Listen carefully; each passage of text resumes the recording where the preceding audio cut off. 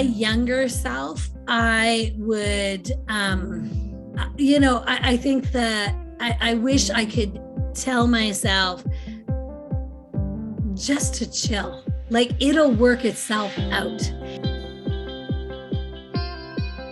Hey, I have Lisa Rosenberg on, and I am so excited to hear all about her story, as I have known her since I was 3 years old, which is a very long time. She's known me pretty much all of my life, and she has been such a role model to me, and I'm so excited to dig in and learn more about how she has become the amazing woman she is today.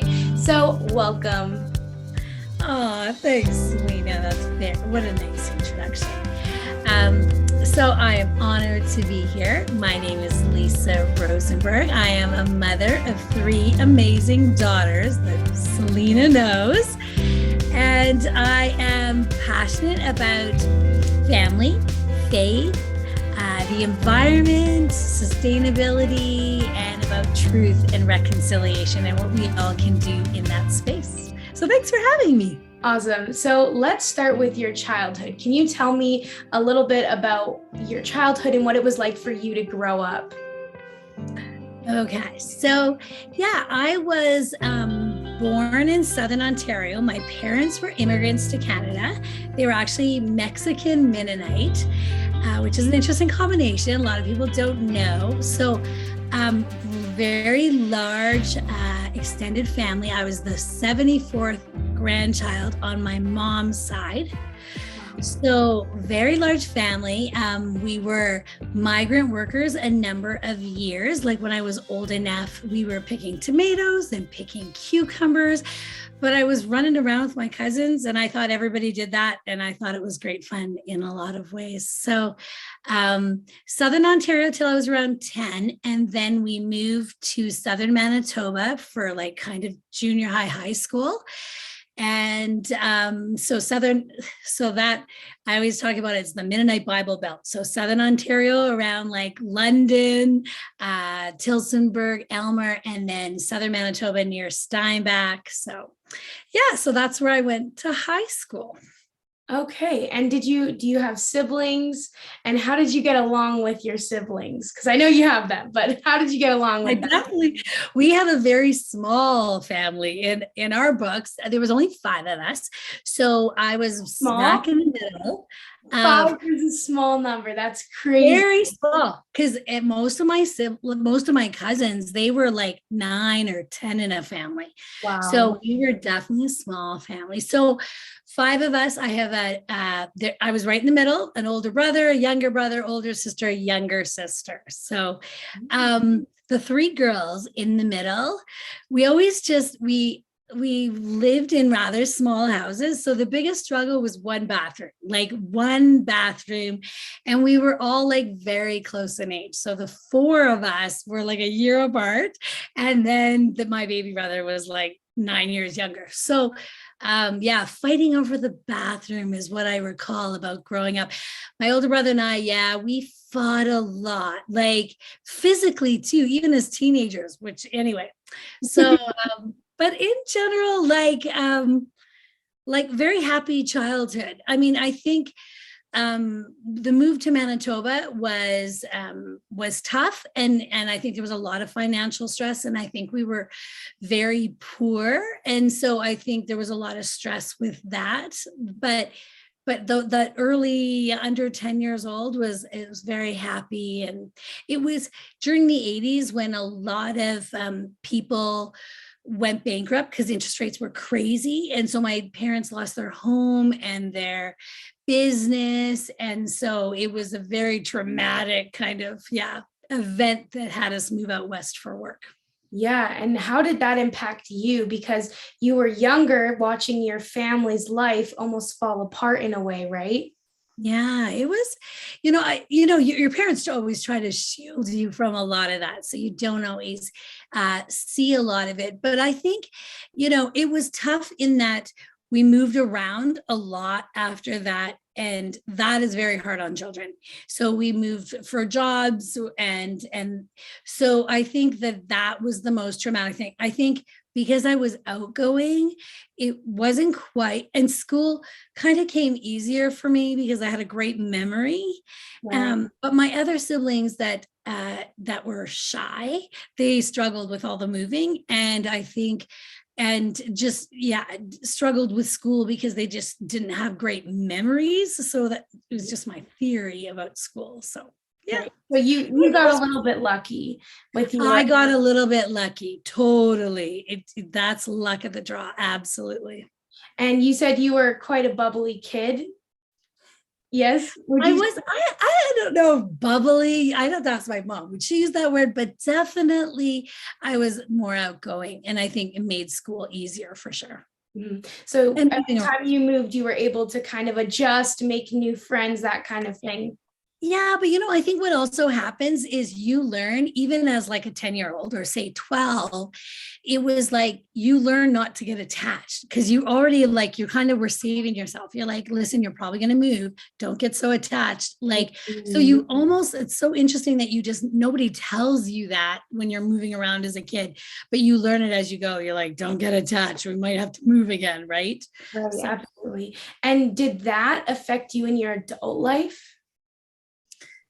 um, well, I think a lot of I think a lot of things affect you and yeah, like I think that did I then later in life when I had children, did I want them to moving my kids was a very big deal for me. In fact, my sister refused. She would just never move her kids. Yeah. And I think for me, it was very thoughtful process, and it really had. I weighed it very, very heavily, knowing how traumatic it was for me and my siblings. So Mhm. I think it totally shapes who you are.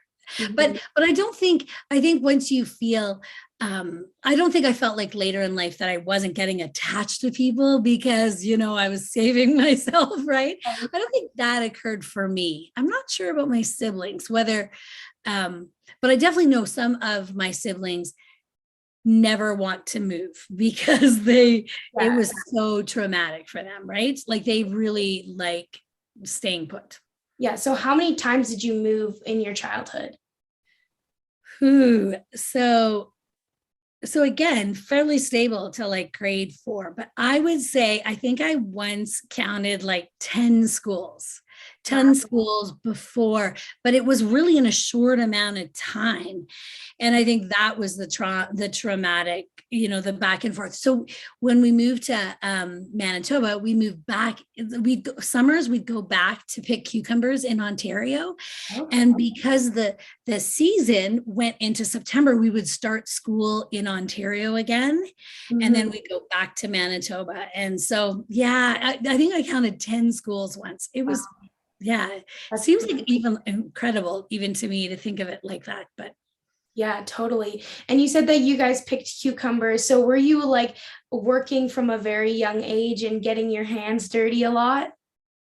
so, you know what? I don't remember it until, and see, this is why I'm like, I really feel like there was really only 2 years where we were working. I think probably because I was 10 and probably old enough. Mhm. But so I'd say from like 10 to like when I was 10, 11, 12, those 3 summers were ones where we were working on the cucumber fields as a family. So Mhm. we'd work on one machine. And then actually my little brother was a baby and he'd ride along in the back. But again, I remember doing it with my cousins and having picnics for lunches. And I just thought, I think everybody did this, right? It's like, Right. oh, hanging out with my cousins. So Something normal. That's so awesome. So something I bet you didn't know about me, no, Solita. I did not know that about you. I love it. I love learning all this new information about you. It's awesome. So once you graduated high school, what did you do? So education was kind of frowned upon, like in my extended family, not my. Okay, so we talked about the negative of us moving. Well, Yeah. the positive of us moving is, I think for my dad, he was really a visionary. I think he really felt like we would be stuck in the old ways if we stayed in Southern Ontario close to my grandparents and my extended family. And I think he felt like to have a better life in Canada, you needed an education. And that is not really kind of normal in my family. And especially my grandparents, like that generation, they kind of told, typically people were expected to go to school till grade 9, boys, and girls typically only went to grade 8. So, wow. So that was kind of very normal. And in fact, some of my older cousins, their parents made them quit school when they were like 16, even before 16, to help out with the family and to go work. And again, in Canada, it's against the law. And so in one case, my cousins in Southern Ontario, they fled. The child services was going to take all the children. And so they actually fled to Florida, and they were picking oranges because again, it was important that children, help support the family and look after the little kids, and education was just not that really valued. So one of the up things about us moving was my dad, when he was in construction and he got laid off, and he took ESL as a second language, and really helpful for him. And later on, he was able to like start his own business because he had some basic English writing and speaking. And so for my sister and I, we were the first. So again, 74, I was the 74th grandchild. So my sister and I were the first to graduate from high school out of that pile of first cousins. Wow. And that's because of the way that your dad thought. Right. So my dad really, and I knew, like, I don't know. I don't know. I read a lot, and I always kind of had this dream about going to college or going to university. And I saw how hard my aunts and uncles and my parents worked physically. And so I wanted, I dreamt about having an office job and like not being dirty at work. And so, because that's all I knew, right, is like physical and really hard labor jobs, right? So yeah, that's, as a young girl, you're already dealing with so many things, and you're kind of going against the grain of what is normal in your family. And so what did you feel about all that? Was there pressures? What did you feel as a young girl going through that? Well, I think because we were physically removed, and think about it, like, the internet really wasn't around. So there isn't all that connection, right? Mm-hmm. So at least I think I mostly felt bad for my mom, because I knew I would say to my mom, like, just don't tell grandpa we graduated from high school, because he's just going to give you a hard time. Like, what he doesn't know doesn't hurt, right? Yes. So in some ways, because I was more afraid that she would get some backlash about it, right? About my choices. Mm-hmm. My dad was the black sheep. He was already going against the grain of everything that he was raised like. And so he, I had a lot of, the typical route was, a lot of my uncles were truck drivers. My dad did not want to be a truck driver. He wanted to be physically home with his kids every night. He was a hands-on kind of dad. Again, just not really kind of the norm back then.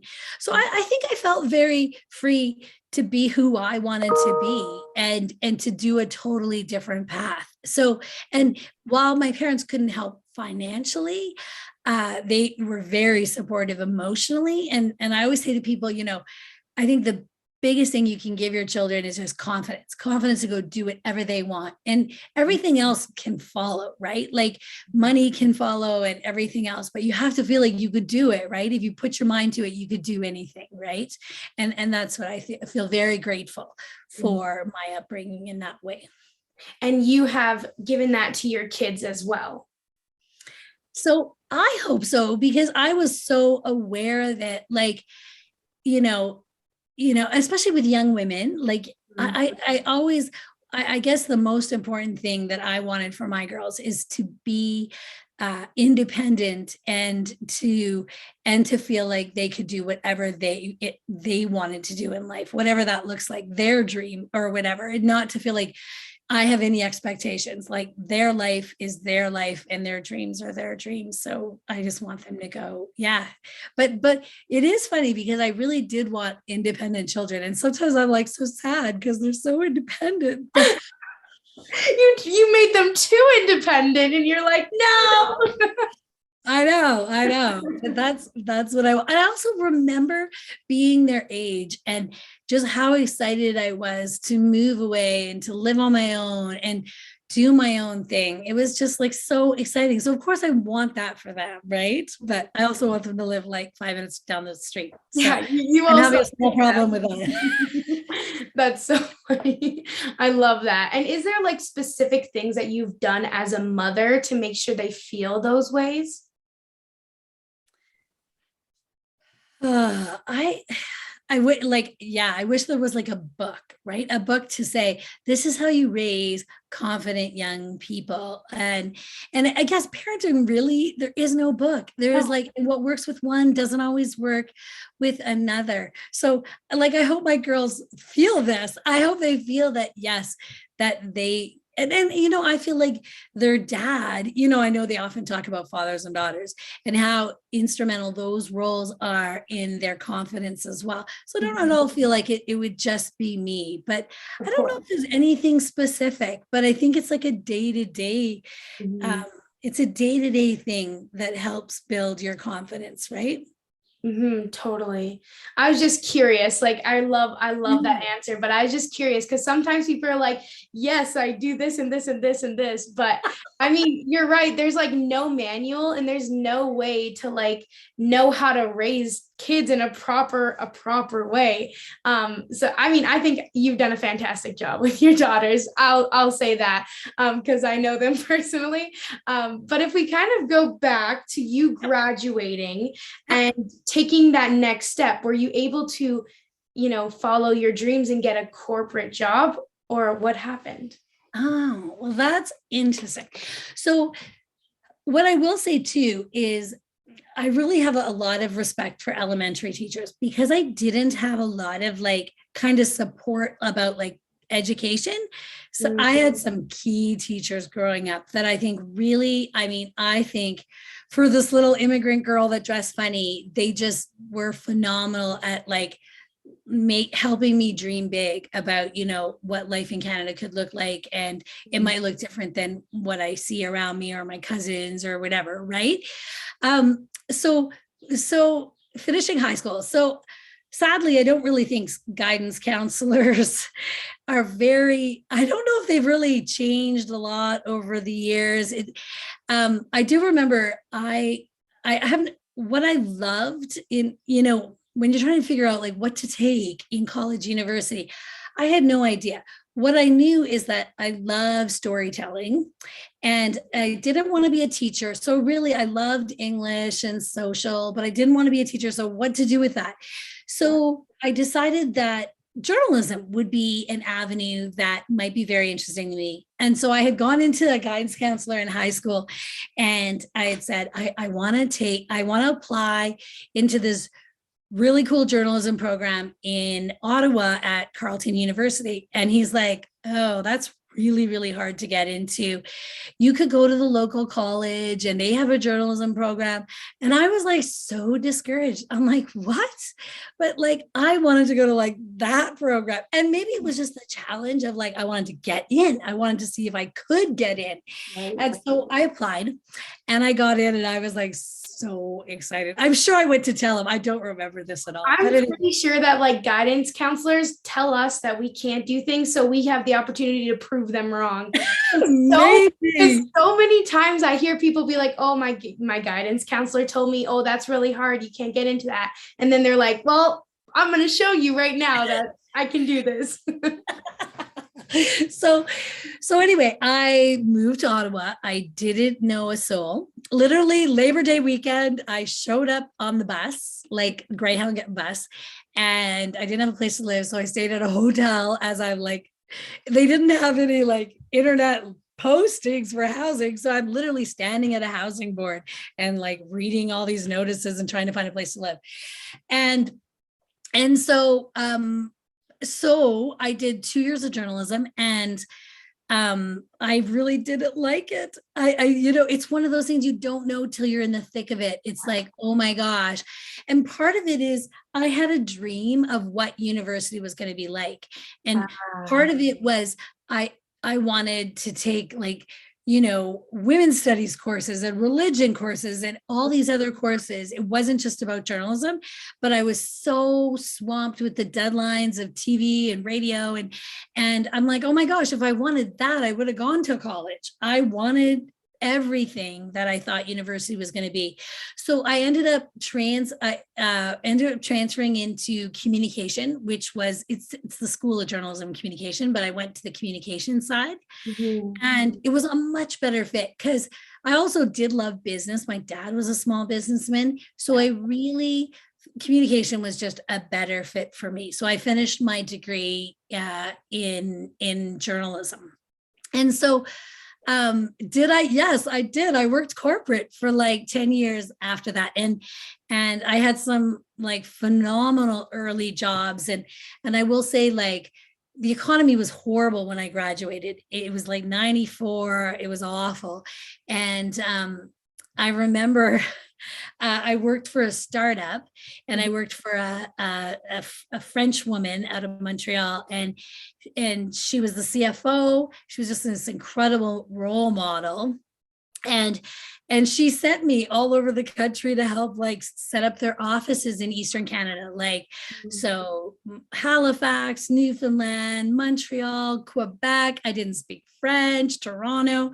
And it was just even though it wasn't really in my field, it was such great business work experience. I was the third employee of that organization. There was more than 100 when I left. Wow. And then after that, I actually ended up working for a software company that later got acquired by Adobe. That software company sent me all in the US. So I went to Boston, New York, California, a month at a time, and I set up their Canadian offices, um, their local offices in the US. So they purchased a bunch of like small mom and pop software companies, and then we rebranded them and got them new offices and stuff. So I did that, totally not, but it was wonderful. Like I got to travel a month at a time. Like, when do you go to Boston for a month or California? So love that. And then I was like, okay, I really am passionate about writing. I'm a writer. Yeah. And so then I really wanted to move into marketing. So in that software company, I moved into marketing. And then I learned quickly that your dream job is not your dream job unless you have a dream boss. So, and that was a good life lesson for me going forward, that it was less sometimes about the job and more about who I was going to work with. I often joke and say I could work at McDonald's with the right people. And I really believe it, because working with the right people, if you're all passionate about what you do, that's an amazing thing. So, yeah. So yes, I did work corporate for a number of years, and it plays into my story every day. My business corporate experience is wonderful. I have so many questions off of that. Like, there's just so many questions to ask you. But I know. what you said that you loved storytelling, and I am like, I resonate. I'm like, I love storytelling as well. But my question to you is, what does storytelling mean to you? Because there's often like a connection that we all kind of have towards it. But I'm wondering what it means specifically for you. Okay, that's a really good question. So when I was initially drawn to journalism, it was kind of like the documentaries. It was like, I love documentaries. I always have. It's so, in fact, like if I would ever dream about like doing a job in journalism, it would be a documentary style. So, and I do think, because just like your podcast, Lena, is like everybody does have a story. And I think we can all relate to each other as human beings. And so I think that's what storytelling, and even in business, even if you talk about like business communications, is you have a story to tell as a business, and there's and on the marketing side of things, you want to be able to connect with people with your product in ways that speak to people, that resonate with people, that connect with people. So good storytelling is needed everywhere in life, as much in business, nonprofit, But yeah, I do truly believe that everybody has a story, and I love to hear personal stories. That's why I love your podcast. Thank you. Yeah, I mean, I love stories as well because I think like you said, we get to learn from each other, which is such a beautiful gift because, like you've lived many years before me and know so many more things than I do, and I can learn so much from just hearing you talk about the way you were raised and how it was different and how you it blows my mind that you had to look at a billboard to find a house or like a board like that. That's crazy to me because I'm like, well, you just pull up your phone. It's different. No, it was like little index cards, and it was like a wall of them, like 10 feet high. Then you had to like go down the wall and look for that is how you found. That was the job board of Carleton University, 1990. It's such a powerful tool. I just love storytelling. So thank you for answering that question. And my other thing is, when you were first starting out, you first Yep. finished college, how did you get your first job? What did you do? That's a really good question. So I had to work part-time all the way through school financially because I had to, right? So I was on student loans and I needed to work. And so I worked part-time actually it was my first office job. It was in a mall and it was in the leasing office. And, I remember even like at that interview that like I had to do like a typing sample. I'm not really a great typer. So I remember thinking I should have paid attention. I did take, we called it typing in high school, not keyboarding. Anyway, so I got my first like office job in university at that leasing office, and I did not do well at that little typing test, but I think they just like my personality. So I think that personality goes a long way in terms of, I feel like so much even now in my role at work and when I hire people, it's not about the hard skills. Hard skills you can learn. It's more about the soft skills. It's more about, do I think you can work as a team? Do I think, and really it's the personality of the person that I'm looking to see if they're going to vibe with my other team, the other team members. So, sorry, what were we going? What were we talking about? We're just talking about getting your first job out of university. Oh, right. So I was working part-time, and in that office, I heard they were starting a brand new company. And so I heard that Bill was coming into town from head office in Toronto. And so I got my resume ready, like hard copy, right? And I had it ready there. And he showed up in the office and he was leaving. And I said, oh, Bill, I need to talk to you.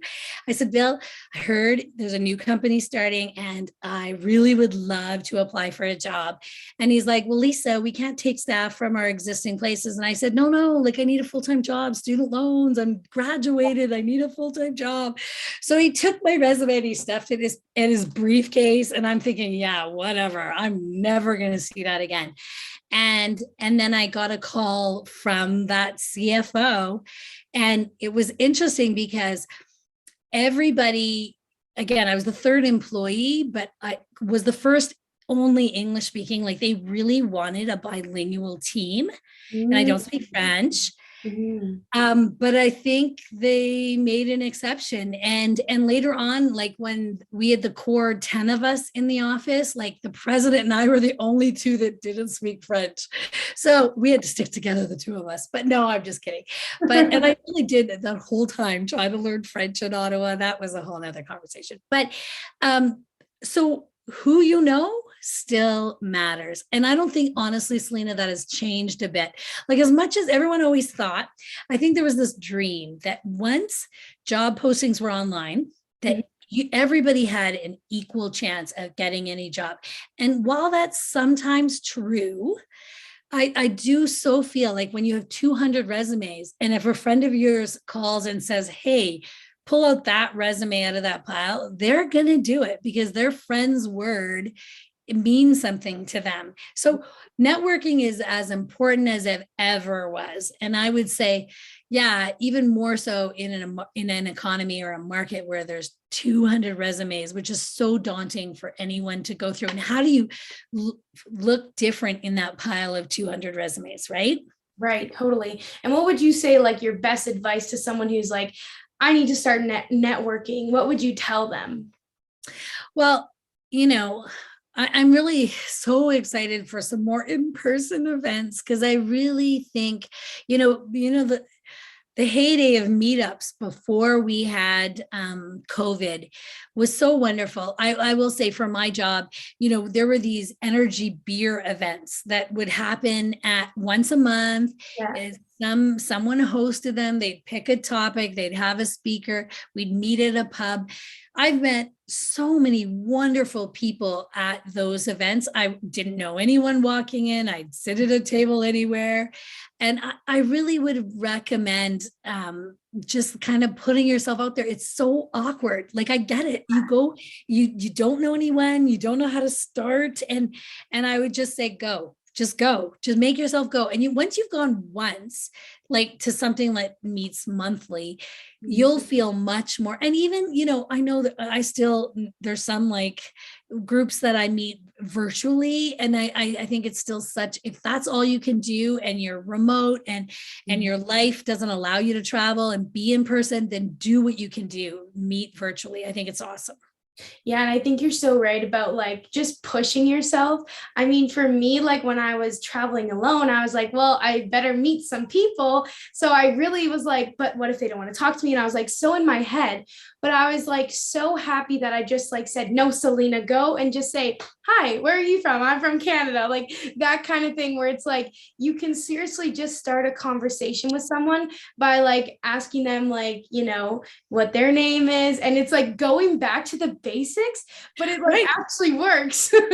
I know. And you can start with the weather, like, whew, is it ever hot out there? Like, oh my gosh, right? Like, yeah, you will think of something to say. And again, you will figure it out as you go. But you have to be prepared for that awkward. The first 2 minutes, like whatever, the first time you go, but the second time you go, it'll be better. And the third time it'll be way easier. And then you'll laugh at how nervous you were. Cause then the people you're like, what was I so nervous about? Like crazy. Exactly. Yeah. Practice makes perfect. You said that you were able to travel through Canada and the US with your job. Was it your first job or was this your second one?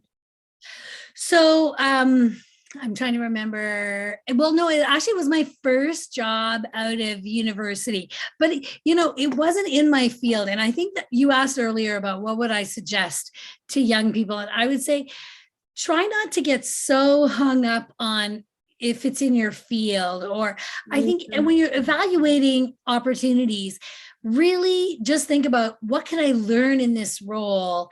And because I think I would not have had all those opportunities to travel and work and do what I did if I had said, nope, it's not communications. It's not exactly what I wanted. So I'm gonna pass on that opportunity. So I think you have to look at opportunities and be like, can I learn a lot? And can I travel? I was in my 20s. Like I just think there was so many wonderful things about it. And I think I did learn a lot about communications as I went too. So even though it might not have looked like an official communications role, say.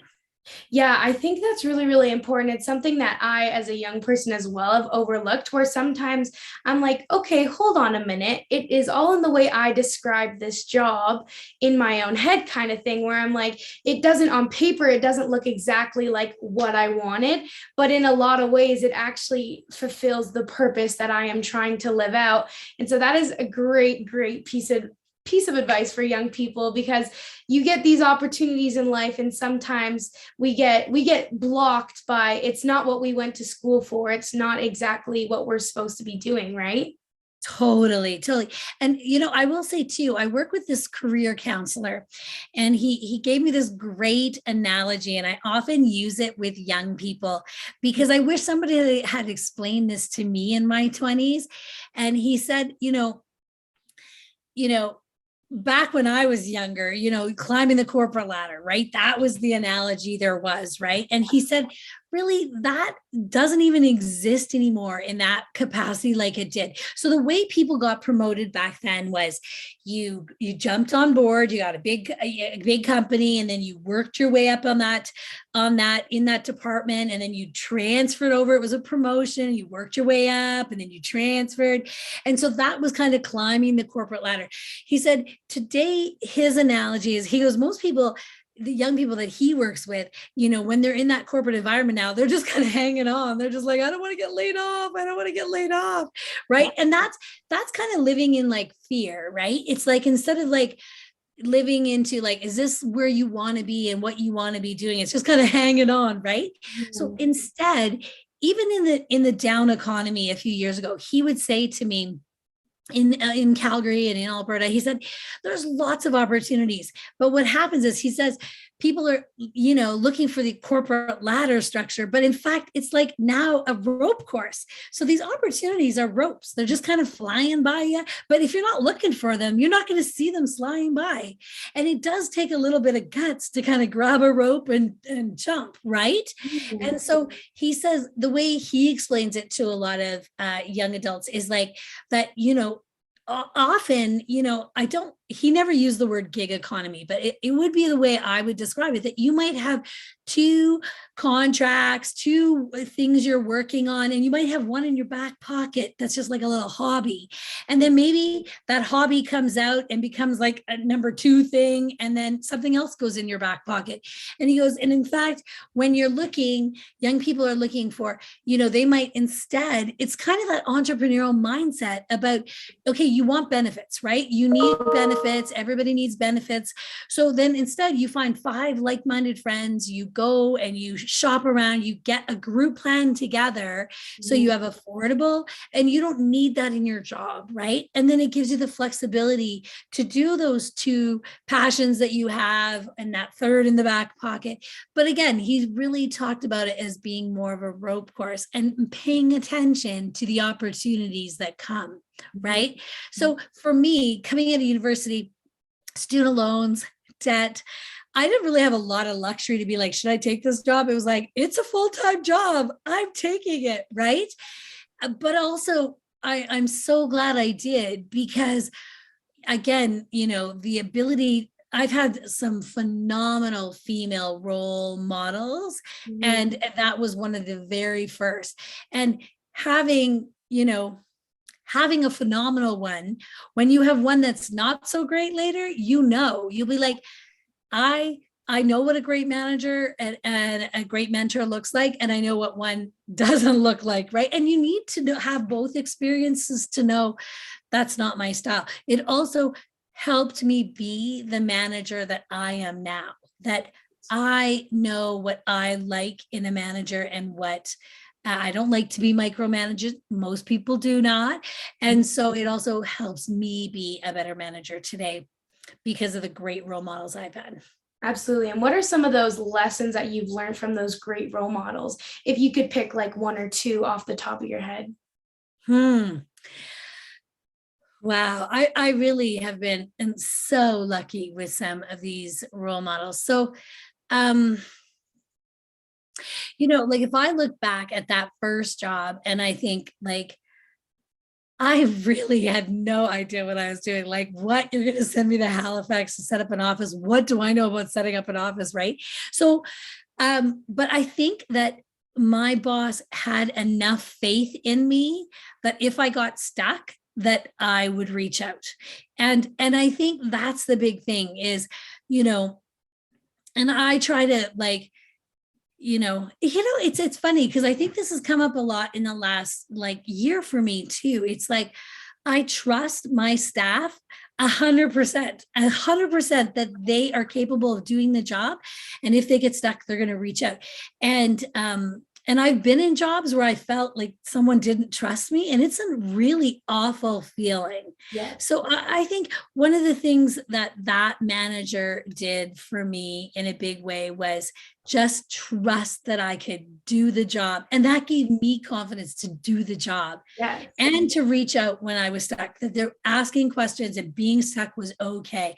And there really is never a bad question. You never have too much, like, and never, you're always going to have questions, and having questions is a very good thing.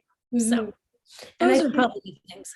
yeah, like what you're saying also is like be knowing that they're going to ask for help if they need it, and that kind of thing, where it's like you're approachable to ask for help, but you're also like, I trust that you know what you're doing and you can do the job well, which is very, very important.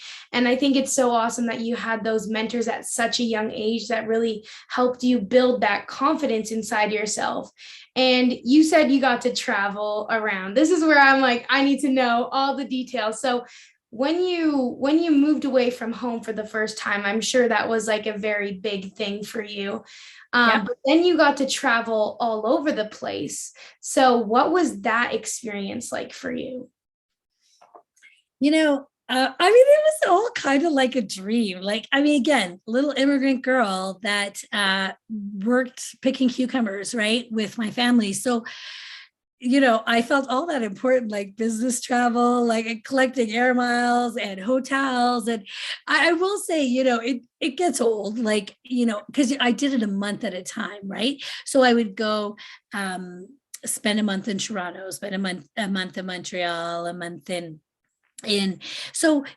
so I think what was lovely is that I got to actually spend time in those cities and explore them on weekends and everything else. So I think what I learned is like business travel is boring once you've done it enough. Although I love the air miles, but if you're not going to tack on some free time and some fun time and you have to be okay about doing it on your own, right? Like when you're business traveling, right? But like my husband had a brother in San Francisco, so I chose not to go to a hotel when I would be in San Francisco, and I'd stay with his brother. Mm. And I stayed there for a month at a time. And it was just so much fun to be working in a new city and exploring and flying in and out. And yeah, it was like, I absolutely loved it. You know, there's, I don't even remember at the end of it, like, because I did it for 2 years. So probably about 4 years total in my 20s, and it was a lot of fun. I would recommend anybody. And in fact, it kind of led us to moving to the States, because I had spent a month in Atlanta, Georgia, and I loved Atlanta. It's a much bigger city than most people think. It's like Toronto, Yeah. but it's so beautiful, and like trees and flowers in March. And so later on, we had the opportunity to Atlanta for work, Mm. and before we had kids, and because I had lived there a month in the past, I was like really open, because you really kind of know where you're moving, right? Yeah. So yeah, it kind of led to moving to the States for a couple of years. And then I So worked at the world head office for Coca-Cola in marketing. So it was kind of a dream job for a marketing girl like me. yeah. So we missed something. When did you meet your husband? Because So you said my husband's brother, you would stay with him. So how I did you know. meet the grand Stephen? Oh my goodness. Oh my gosh. Selena, this is quite a funny story. I thought you would long know it. But in third year university, and this is like a legit job, story we can tell our kids and grandkids.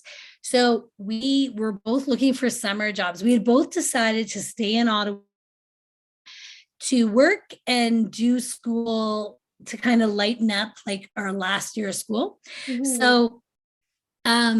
So we were both uh so we had gotten to we didn't know each other, obviously. So I had a friend, and we had gone to the employment center at like 9 a.m. to check out the jobs, and there was like a long lineup. And we're like, oh my gosh, like how long have people been here? So we decided, okay, we're going to get there at 7 a.m. the next morning, right? Yeah. So we showed up at 7. There's still like 50 people in line. We're like, oh my gosh, like what are people like?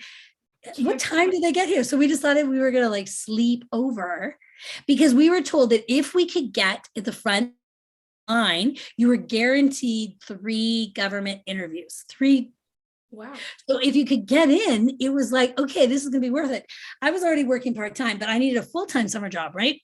So anyway, I met him in line with his friends. And in fact, my friend Vicky and I, we wanted to go to the movies like in the evening because we don't want to sit outside all day. So we're like, so, and we had like sleeping bags and like air mattresses or sponge or whatever because we're sleeping on the sidewalk.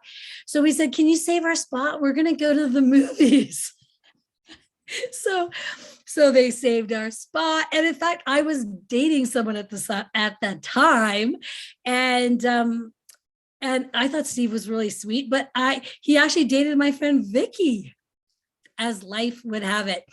No, and then that didn't work out, and then later on we touched base and we started talking, and then later that summer we had, okay, so let's say there was like 8 of us looking for summer jobs. We had said, oh, after you get a summer job, keep in touch, let everybody know where you ended up, right?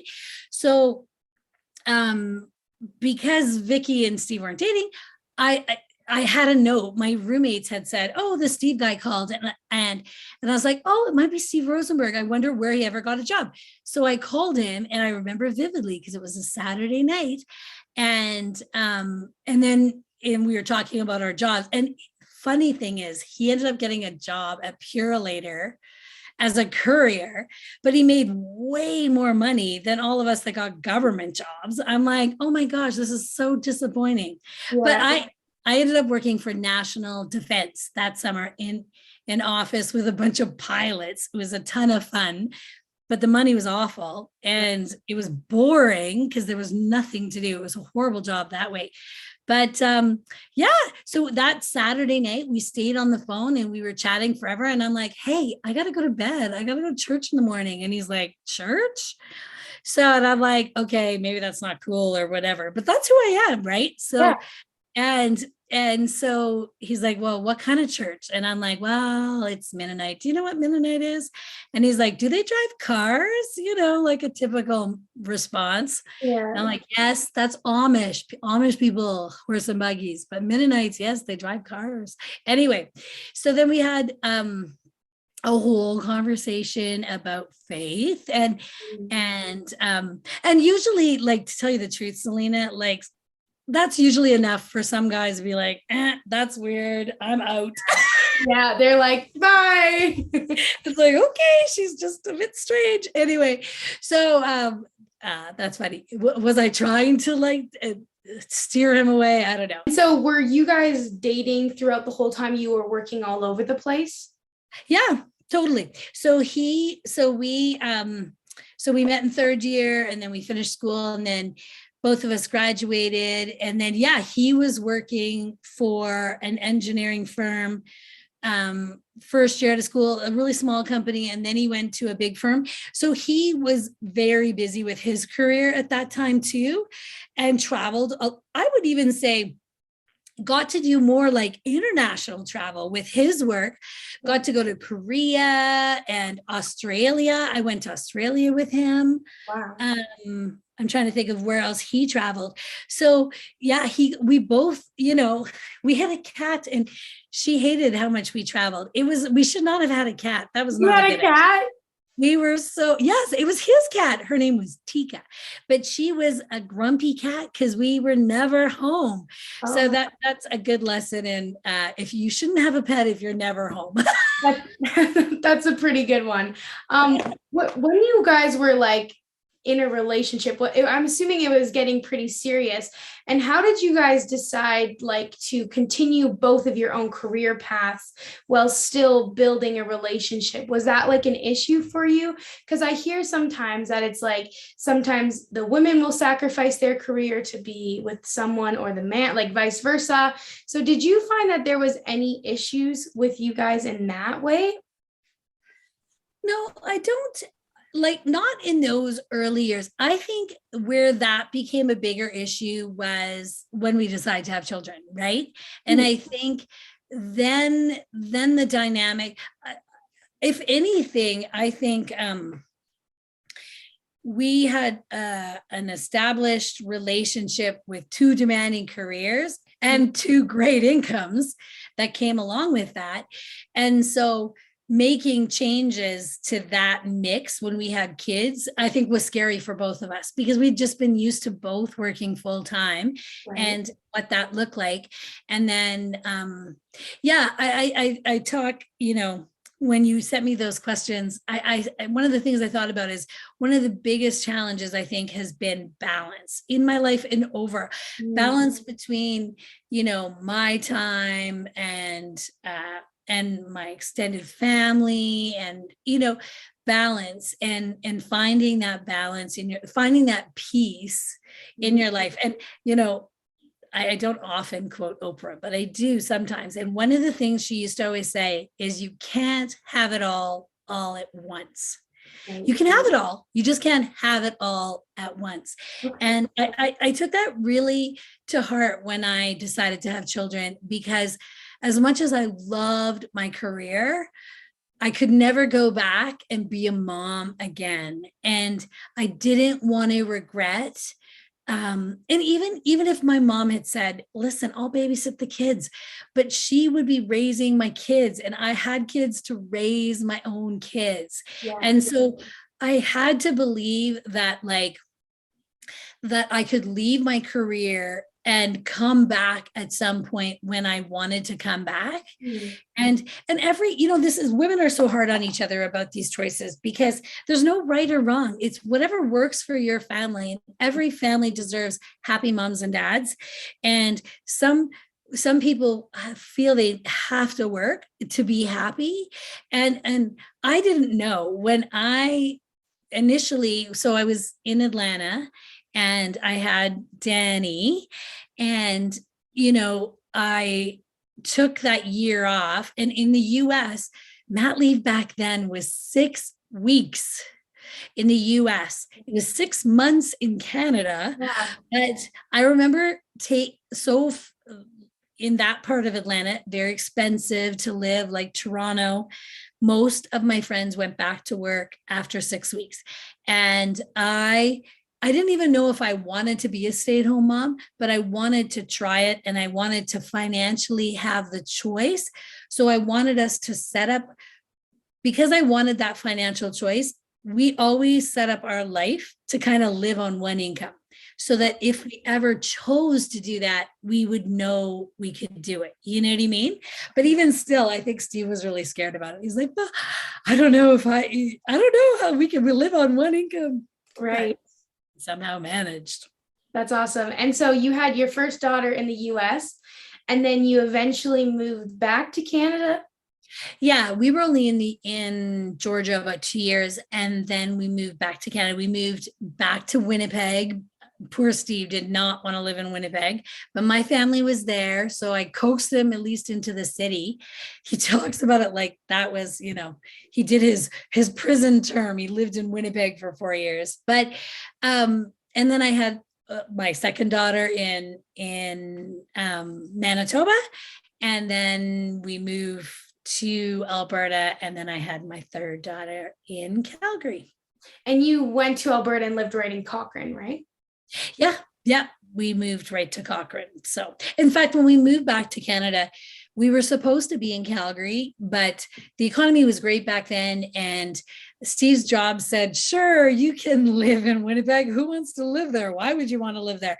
But they were fine. But I knew that long term, they would push us to move to Calgary. So we knew we were just going to be in Winnipeg a short time. And actually it was supposed to only be 6 months. After 6 months, they're like, we want you to move. And we stalled for a good 4 years. And then finally we moved. Wow. Wow.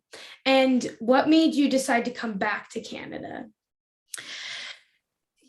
A lot of things. I think at that point, I'd kind of lived away from my family, my parents, for about 10 years. And I think I was ready. I think my mindset about, again, family being so important to me and wanting that for my children, that was just a big thing. The support of a family, I wanted to come back to Canada. And, I will say, the gun culture in the southern states, I didn't think it would bother me. I didn't think it was as bad as people made it out to be. And it really bothered me. Like, there was always accidental shootings where kids would find guns. I think I would have been nervous raising kids in the States just because knowing that every other house might have guns in there. And how easy would I have, you know, let my kids go play somewhere? I don't know. It was like the gun culture was very strong. And that was back then. So I can't speak to what it's like now, but it definitely, yeah, was concerning to me. And yeah, just the drive of family is why we came back to Canada. I don't think it was ever going to be a long-term thing. Yeah.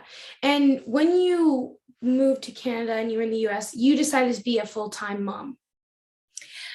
Or did you Yeah, go back to pretty work? much. Pretty much. I feel like one of the things that, I wrestled with it so much internally those first 5 years where it was like, am I being a good role model for my girls by not going back to work? But I just felt like our house, the reality was like Steve being an engineer, right out of the bat, he made $10,000 more a year than I did out of university. And that gap got bigger. And so financially, it didn't make sense. That, of course, and even if I had made more than him, I still would have wanted to stay home with my girls. Like, I think I always knew that about but I don't know if I thought I would love it. And I didn't know until you do it, whether you would love it. But I wrestled with it. I think for a lot of years, I wish I had more peace about it.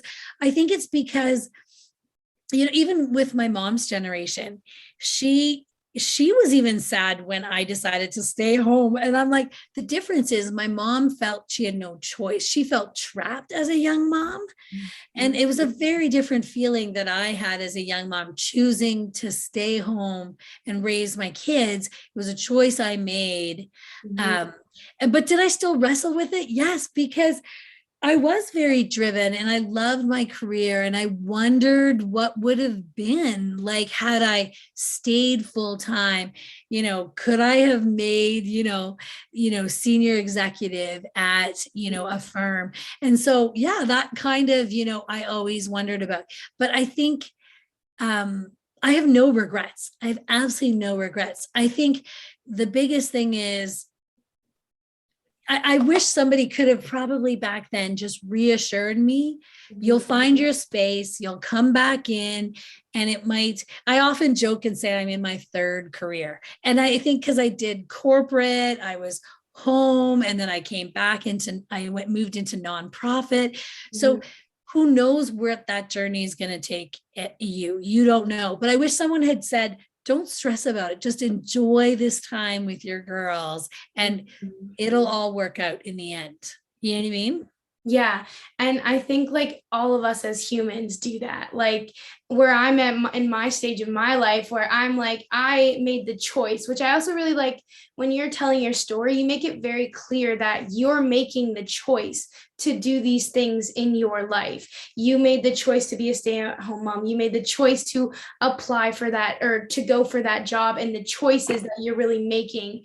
And so when I made the choice to not go back to school, it was like, it was hard. And I wish that I had enjoyed it a bit more, because I was really like, everybody else doesn't want me to be out of school right now. And I was like so worried. And I was like, I thought it was going to be the best year of my life, which part of it was because I got to travel. But it was also very, very hard at times, where it was like the struggle between like that kind of pull that you're talking about, where you're like, well, what if I did this and all that things. But I definitely resonate, even though you're in a different stage of your life. I'm like, I can resonate with that. Yeah. Where it's like, I feel like what I need to tell myself right now is like, just enjoy it. Just enjoy it. And that's exactly what you're saying, where you're like, you wish you had someone that told you like, it's going to work out and you just need to enjoy it a little bit more. Moment. And you know what? One of your other questions, I think, was about, and I think that really my whole life, what did you dream, or what did you want to be when you grew up? I never really had any concrete ideas in that. And I know some people would argue that if you don't have specific goals, you can't meet them. But I also think I'm the kind of person looking for the ropes. And I know it was before my time, about really not sure what opportunities I would want when in my life. And so, but yet you're right, living in the present, I think, and enjoying the present. I did it really well with my kids, meaning I never, when they were little, did I think, what is junior high going to look like? What's high school going to look like? What, I never went there. I just lived in the moment. But I think I was still, I think we're hard on ourselves and just, and this is where about having peace about the choices we make decisions, have peace, and then give it to God and let it go. Like just let it go, right? So we can enjoy it. Yes, totally. And this really flows nicely into my next question. I want to ask you how faith has played a role in your life, as you did say, like it was very important to you at the beginning. So if you wanted to start off a little bit about giving some background about who and what a Mennonite is, and then kind of explaining what it's been like for you in your life. Okay. So a Mennonite, so historically, Mennonites are Christians. They're Protestants. So during the Protestant Reformation, I mean, obviously a bunch of them branched off into, literally like many churches. It's like they slightly differed, it's part of the Anabaptist group. And so under Anabaptist groups, obviously it could be Hutterites, Mennonites. There's lots of different, and definitely Mennonites more progressive and less conservative than some of the like my parents grew up on a colony in Mexico, and it was an old order colony, and again much more conservative and that. But basically, Mennonites aren't actually from any specific country. My great grandparents were born in Russia and present day Ukraine, actually, because the borders have changed. And so they believed in having their own education. They're pacifists. They don't believe in contributing to the war, either at home or abroad. And so and they like, again, often do live in community and think of the wider community and fairly non-materialistic kind of in that way. So what has faith faith meant to me and growing up? And my parents obviously were Christian, Mennonite growing up as so you can either be Mennonite by historical, but also by religion. Anybody can go to a Mennonite church, can get baptized and become Mennonite, right? And in fact, around the world globally, there's way more non-European Mennonites in Africa and around the world. So what has it meant to me? Like, to me, it's all about your values. Like it's everything about me in a lot of ways, because it's about how I spend my time and how I spend my money, and what's important to me. It really comes out of my faith. And so, like I think it really, it's so such a big part of my life. It's hard to kind of extract it to be like, well, what would I be like without? I will say that my parents, I didn't grow up at a church, one specific church growing up. We moved so much. And often my parents sometimes felt very judged at church, and church never felt safe. So I guess when Steve and I got married, I really wanted to find a home church that I could raise my girls and that would feel loving and inviting and a home to them, kind of like that I didn't have. And so, I think that we found that in Calgary at a very small church out by UC, Foothills Mennonite. And I think it's, I've been on the board at times. I've obviously taught VBS over the years, or Sunday school. And now I've had the opportunity to be like a worship leader.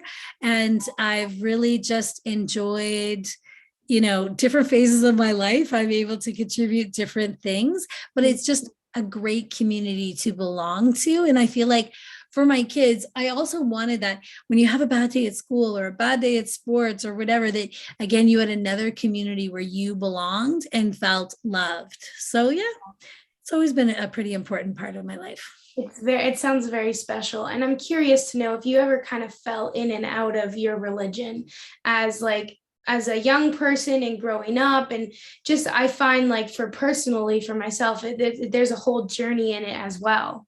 Oh, there's a huge journey in that. So I think in my early, like I said, we didn't just have like a home base. And as a teenager, I went to a lot of youth groups with my friends. Mhm. And then when I went to university, I actually did a lot of exploring. I actually attended all kinds of like Protestant churches, all kinds, because I really wanted to get a sense of like what mattered to me. Like I didn't really know in my 20s, like, was it Mennonite that mattered so much to me? Right. And now I understand like the peace,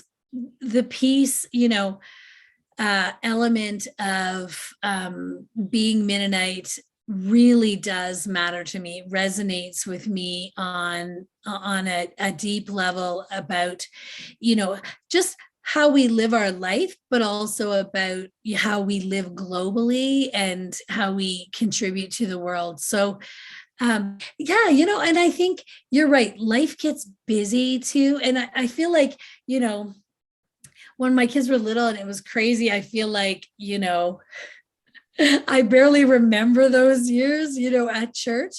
And, but I think it was still just that rootedness, right? Of like, that and helping you prioritize and set your values for your young family and stuff. But I think it's very important. It is a journey.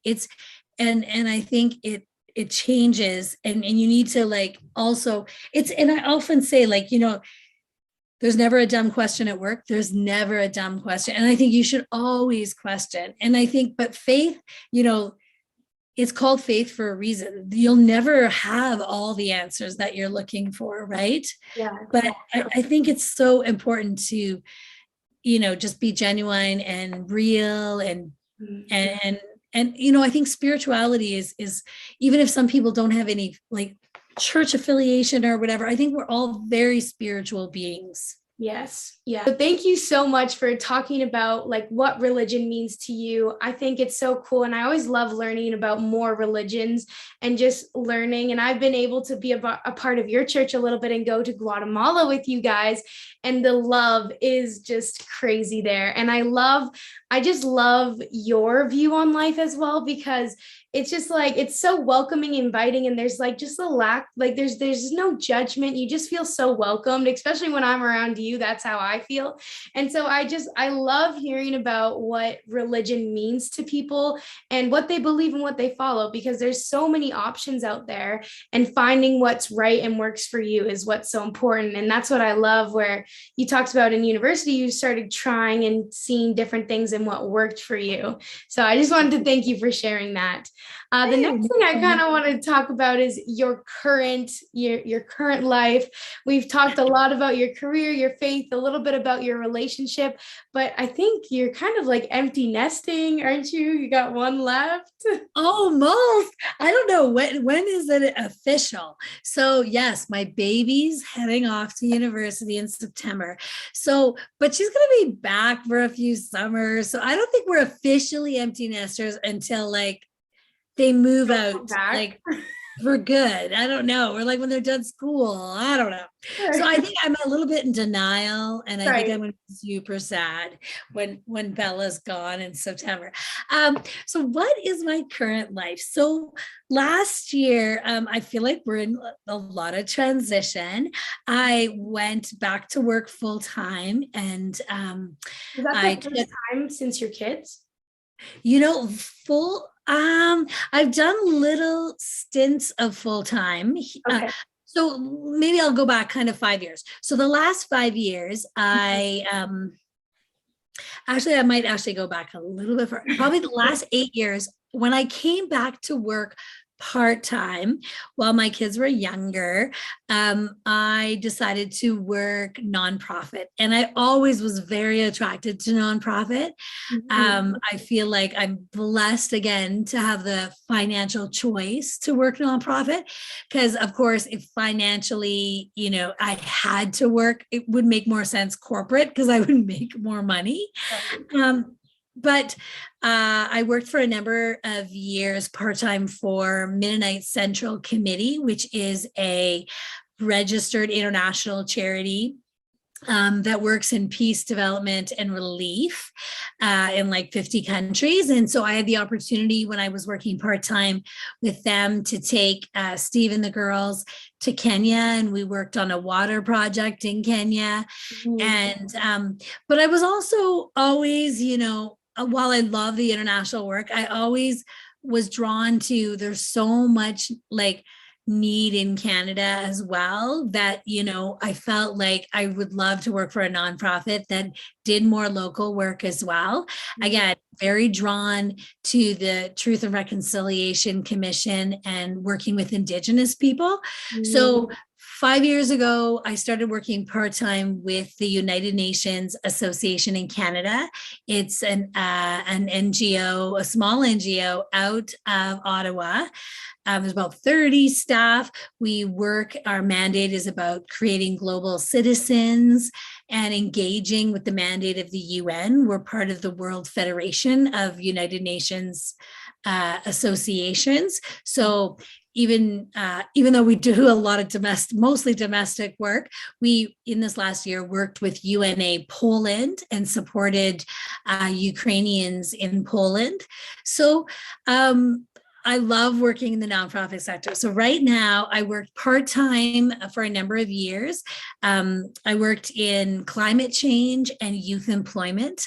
When I started part-time, I know my husband said, you want to talk about climate change in Alberta, we're going to have no friends. And I'm like, no, we'll have friends, because the whole point is that everybody has to be at the table, and we have to respect and listen to each other. And I get to drive on glorious roads and hospitals that are funded by oil and gas, and I will never badmouth oil and gas. But do I believe that we need to invest in renewable energy and invest in climate change adaptation so that we can handle the severe weather we're getting? Yes, I do think we need to invest. So I love the space I'm in. So I did in the last 5 years, I did a few short contracts of full-time, but mostly part-time while I still had kids at home. And last July, I came back as full-time and management, and I had it was pretty much a dream job. I had a $3 million contract that I managed for Natural Resource Canada, and I worked with again green jobs and youth employment, and I had about 10 staff across Canada. Wow. And I hadn't been a manager in a long time, so just really loved that, and had some great staff, and it's been a lot of fun. That's so awesome. And how did you get interested in these topics? I'd like to think that I was always passionate about the environment and sustainability. I joke about, we talk about our parents and our grandparents generation. And I was embarrassed about my parents and their sustainability efforts. Really, we have to reuse. Can't we just buy Rubbermaid? Why do we have to reuse margarine containers? But now I look at how wonderful that is. And again, it's about that mindset about, taking, and I think why working with Indigenous people really resonates so much with me is this concept of taking just what we need from this planet and thinking about 7 generations. I think all of us should live like that, and I think businesses should live and be sustainable and look at what they're doing.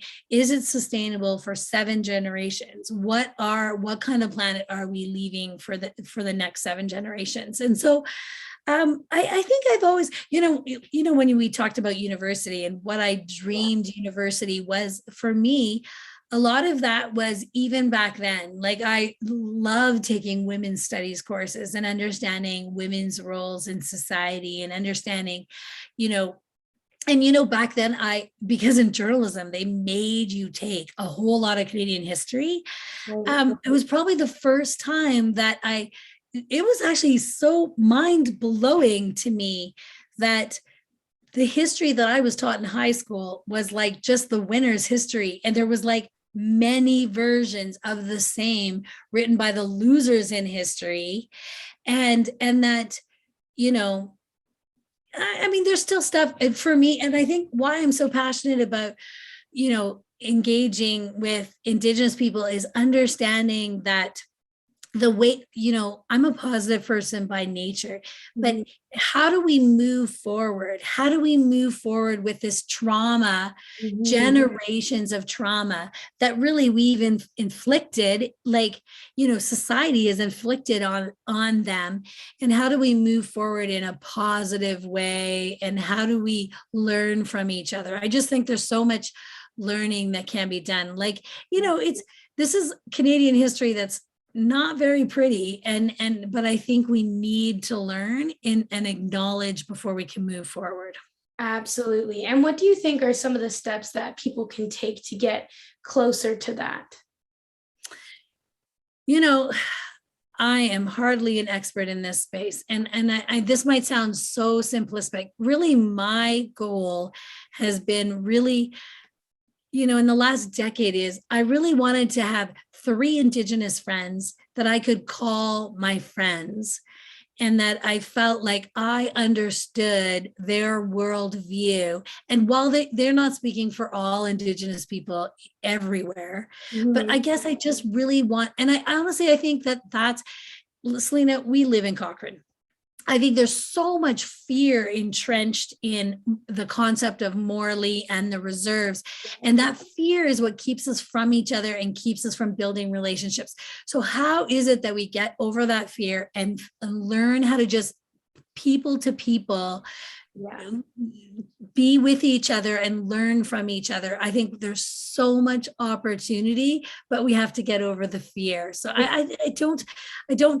what my goal is to attend a number of powwows this year. And I've been on reserve. I've volunteered and brought my mom to the food bank there. And really, that's what I want to continue to do, is just get to know my neighbors and know them as people. And I think once we know each other as people, there's so much good that can come of that. Absolutely. And I think it's building that bridge where we can both come together, like exactly what you're saying, and just going in with an open mind, because I think a lot of people still have a very, very negative connotation around it. And I think that it's like we almost have to take ourselves out of it and just go and be the ears to listen and just absorb what's actually going on right in front of us today, and just keep taking little steps. So I'm co-leading a group at our church called Buffalo Shout, and I'm doing it with now I consider my friend Leanne Bear Phrase. And the idea is we're taking the Indigenous Canada course that U of A, free course that U of A is offering. So we're taking it as a group, and then we're having conversations around, but I just think there's so much opportunity, but I think there's so much opportunity for us here in Cochrane to connect with our neighbors. And so that's something that, I still, again, we're so busy, but these are the things, if they're your values and what matter to you, you have to make time for that stuff, right? Yes. Yeah. And make sure that you do what's important to you. And so what has your outside of your career the last couple of years, what does your life look like? How have you kind of tackled the whole coronavirus pandemic, everything? Like, I know, like, we're done talking about it, but like, I love to hear how people coped with it, and whether it was a negative or a positive impact for them. In a lot of ways, it was fairly neutral. Like, both Steve and I worked from home before COVID, so that didn't significantly change. To tell you the truth, I loved how our lives slowed down, because I actually think we were too busy. We're too busy. And we, like, literally on a magical day in March of 2020, all of our calendars were empty. Done. There is something crazy about that. And there's actually something liberating about that, because then you too can build back in what is important to you. And you don't have to feel like I have to go back to that because that's what I did before, right? Mhm. It's kind of an opportunity to reset. Mhm. I would hope this is a time for society to reset and think about our priorities, especially in terms of the environment and climate change. And so overall, like I've got to say that, like, for me, I mean, I was worried about my mom and her working and being in the public. I worried for vulnerable people, and I worried a lot for our healthcare system, that Mhm. you, until you need it, you don't worry about it, right? If you don't need the healthcare system, it's not a high priority. I worry about um how many people are leaving healthcare. I'm worried about how many years it takes to train one more nurse. I Mhm. worry that when I need the system, like, I'm still, even though we may have all gone back a bit to normal, I don't think healthcare has gone back to normal. I and I don't think you'll know until you need it and you're in that system. Right. Absolutely. So I think that's my, but like, I do think that there was something lovely about reconnecting with your family and Mhm. simplifying things and slowing down. Mhm. Oh, yeah, but I really also recognize that it was a terribly horrible time for many, many people, Mhm. and that struggled with work. Like, if you couldn't work, and I also think it's the people, like, see, again, middle class Steve and I had no problems because we were working from home. What about people that couldn't go to work because they're working service jobs at the mall and they lose their jobs? That is an entirely different stress, Yeah. right? Yeah, and I think it impacted everybody so differently, but I do have to agree with you where it was like, especially for the busiest of people, it was like they would never, like, speaking from my family, we would never just stop doing what we were doing. It really forced you to be like, stop. You can't do anything. And for me, I was like, out and I acknowledge there was a lot of negative and a lot of bad things that did happen to me, even personally, but there was also such a beautiful side to the fact that now, like, my priority is not to burn myself out like what I was doing. It Yeah. really made me realize, like, whoa, if you didn't slow down, what would have happened, kind of thing. And it's Yep. just like it was a beautiful thing as well as a hard thing, and everybody has a different relationship with what had happened. But I definitely agree with you on what you said. But it's interesting that there wasn't that much of a change for you, as you were already working at home and all of that. So that's very exciting. To end it on a little, oh, do you want to say something? No, I would, the only, the one thing is, I did have one daughter home from university, and that was actually kind of a positive, right? I mean, it really will be something we will always talk about, right? Like, I mean, we were fighting over who's screaming at each other, like, I've got a meeting, get up, be quiet. Yeah. I mean, some of it's just comical to think about, right? So, Yeah, it's definitely an interesting time to reflect on as we slowly start to kind of crawl back to what we call normal. But yeah, I wanted to end it on like a little bit of a higher note. So, what is something that you're excited to do in the next year? what is something I'm excited to do in the next year? Well, I'm excited to go to Victoria with Nat. I'm excited for what this next chapter looks like for her. Mhm. I'm excited to actually explore the island. We've only ever kind of been there maybe once or twice, maybe just to Victoria or just to Tofino. So I'm kind of excited about that. What am I excited for in the future? I'm hoping to go on a trip with my mom Ooh. to Hawaii to go visit my other daughter. So, and my mom, who hasn't really traveled much in her life, like, this would be, and really hasn't ever traveled to like a hot destination, which is quite funny. So I think she'll just be lots of fun going with her. Although it's a non-touristy area, but still, I think she'll really enjoy it. So yeah, those are the things I'm kind of excited about. I'm also excited about having some more time for myself. Like, you know what I mean? It's like, that's as sad as I am about, the girls being busy, too busy for mom. I'm excited about, what it is that, kept me busy. Like, I want to do some more hiking and kayaking and stuff I used to do before I had kids. So yeah, there's a little bit of excitement about that. Awesome. Okay, so to wrap it up, we got 4 final questions. I asked all these questions at the end of every episode. So I'm excited to hear what you're going to have to say about them. So, what is some of the best advice you've received? Some of the best advice. Probably enjoy the journey. It's not always about the destination. I think that's some of the best advice I've received, and I would say I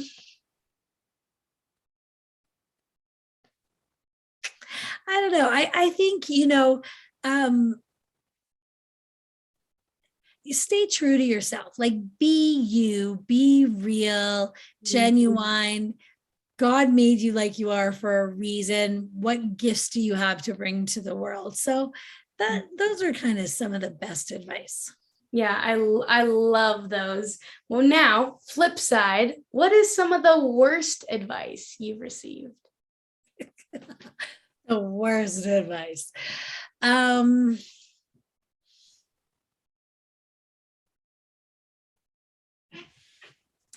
probably the worst advice is when you really start doubting yourself. So I think I think too, like, women are hard on each other without always necessarily meaning to be hard on each other. Meaning, because I chose to stay home to be a stay-at-home mom does not mean that is the only and the right choice. It's like everybody's choice is their own choice and might be right for them. And so I think maybe just like having more grace for each other. So bad advice, I'm trying to think of like bad advice. I really sometimes think it goes in and out one ear. Like, I disregard if it doesn't resonate with me and doesn't feel real, like I just don't let it. I let it. Yeah. Yeah, this is one of the hardest questions to answer. I find that I ask people, because that's the case where it's like, why would they keep something in their brain that they're like, this is the worst? But sometimes there is a very specific moment in someone's life where they've received bad advice that really altered what had happened.